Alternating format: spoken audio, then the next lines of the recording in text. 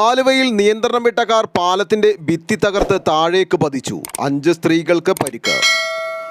Aluva bypass മേൽപ്പാലത്തിൽ വെച്ചാണ് നിയന്ത്രണം വിട്ട കാർ പാലത്തിന്റെ ഭിത്തി തകർത്ത് താഴേക്ക് പതിച്ചത്. അപകടത്തിൽ വാഹനത്തിലുണ്ടായിരുന്ന 5 സ്ത്രീകൾക്ക് പരിക്കേറ്റു. പരിക്കേറ്റവരെ ഉടൻ സമീപത്തുണ്ടായിരുന്നവർ ആശുപത്രിയിൽ പ്രവേശിപ്പിച്ചു.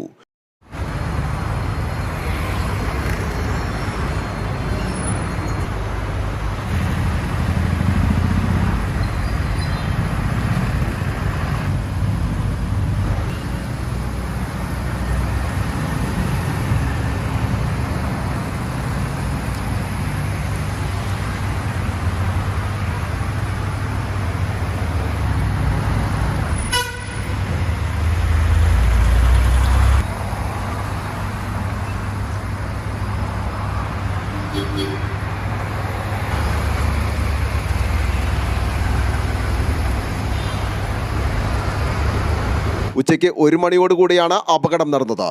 എറണാകുളം ഭാഗത്തേക്ക് വരികയായിരുന്ന കാർ പാലത്തിന് സമാന്തരമായുള്ള റോഡിലേക്കാണ് വീണത്. നിയന്ത്രണം വിട്ട കാർ KCB വിതരണ ബോക്സും മെട്രോ നടപ്പാതയുടെ ഇരിപ്പിടവും അവിടെ ഉണ്ടായിരുന്ന ഒരു മരവും തകർത്താണ് സമാന്തര റോഡിലേക്ക് വീണത്. News desk, Aluva.